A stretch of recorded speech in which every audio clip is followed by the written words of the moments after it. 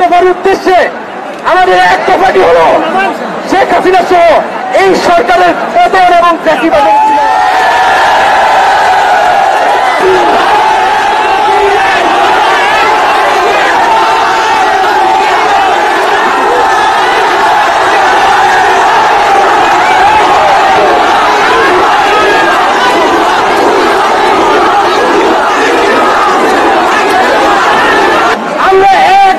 সিদ্ধান্তে উপনীত হয়েছি।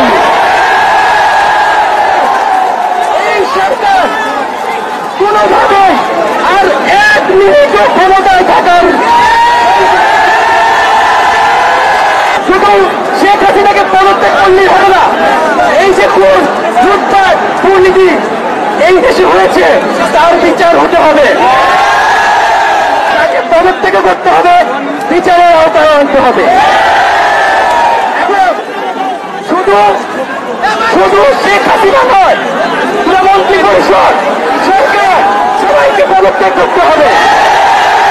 19 জুলাই আমাদের সমন্বয় পাঁচজনকে তুলে নিয়ে নির্মমভাবে অত্যাচার করে এবং আমাদেরকে জবরদস্তি করে আন্দোলন প্রত্যাহার এবং সরকারের সাথে সংলাপ হয়েছে। পরবর্তীতে দেখেছেন হাসপাতালে আমাদেরকে জিম্মি করে রাখা হয়েছিল এবং সেটাও না পেরে ডিবি অফিসে আমাদেরকে তুলে নিয়ে যেয়ে জিম্মি করে আমাদের থেকে বক্তব্য নিয়ে এসেছিল। এবং আপনাদের প্রতি সাধুবাদ থাকবে যে সেই বক্তব্য বিশ্বাস না করে আপনারা রাজপথ দখলে রেখেছেন এবং ডিবি অফিস থেকে আমাদেরকে প্রধানমন্ত্রীর দপ্তরে নিয়ে যাওয়ার পরিকল্পনা তারা করছিল। আপনাদের আন্দোলন এবং আমাদের অবসরের কারণে তাদের সেই পরিকল্পনা নস্যাৎ হয়ে গিয়েছিল।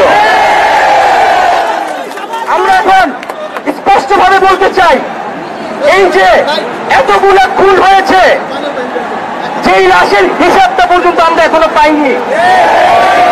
এই সরকার মানুষ খুন করেছে, মানুষ গুম করেছে, এখন সে লাশও গুম করেছে। যারা খুন করেছে তারা কি খুনের বিচার করবে? তাদের কাছ থেকে আমরা আর খুনের বিচার প্রত্যাশা করি না।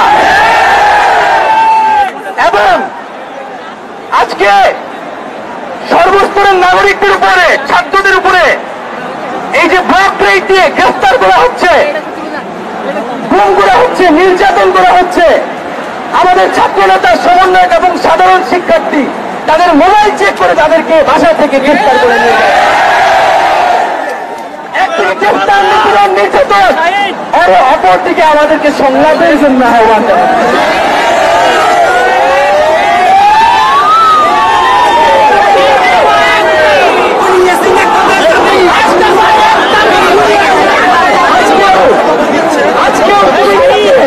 হামলা হয়েছে এবং নিহত করা হয়েছে, আমার ভাই শহীদ হয়েছে।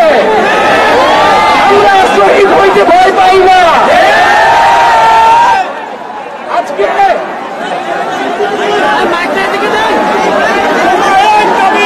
প্রিয় বন্ধুগণ, আজকে আমরা জানি